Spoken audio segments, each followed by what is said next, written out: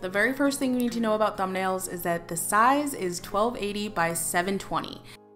I use both Photoshop and PicMonkey to do my thumbnails, but I prefer PicMonkey because it's easier to use. My favorite tool in Photoshop is the magic eraser, and this is how you can create your own PNG images. My favorite tool in PicMonkey is iBrighten, and this just makes everything pop on your thumbnail. Also, I have an entire video linked below of how to make a thumbnail from start to finish. This video is going to have a lot of useful information on how to grow your channel by making better thumbnails, so I want you guys to go to the description box right now and download the Campfire app, and you can ask me questions and I'll reply with a personal audio message that's going to get sent directly to your phone.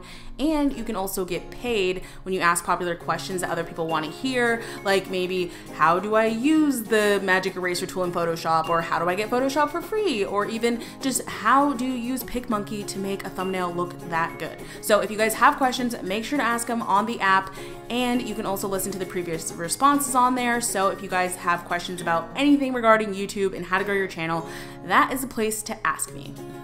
Here's an example of how removing text from your thumbnails can help dramatically boost your views on your YouTube videos. So I helped out KEEPUPWITHLIV a couple months ago when she was posting all of her thumbnails with text. So I told her to remove text and simplify her thumbnails. She did that, and in only 4 months, her video got 231,000 views compared to the one that was out for 6 months that had text in the thumbnail and lots of stuff to look at, which only got 16,000 views. Removing the text helps create a central focus, which gets people to click.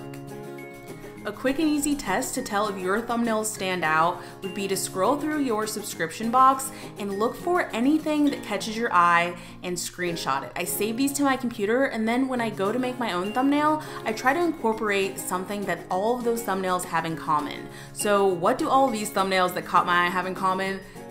Exactly, they're extremely colorful. So that's one way to get people's attention, by creating super bright and attention-grabbing thumbnails.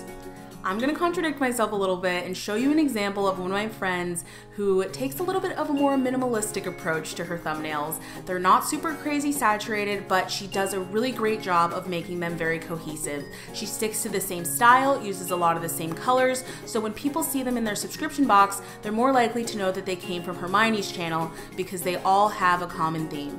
I know there's a lot of information going on in this video, so like I said before, make sure to check the description to download the Campfire app, and you can get paid to ask me questions on there.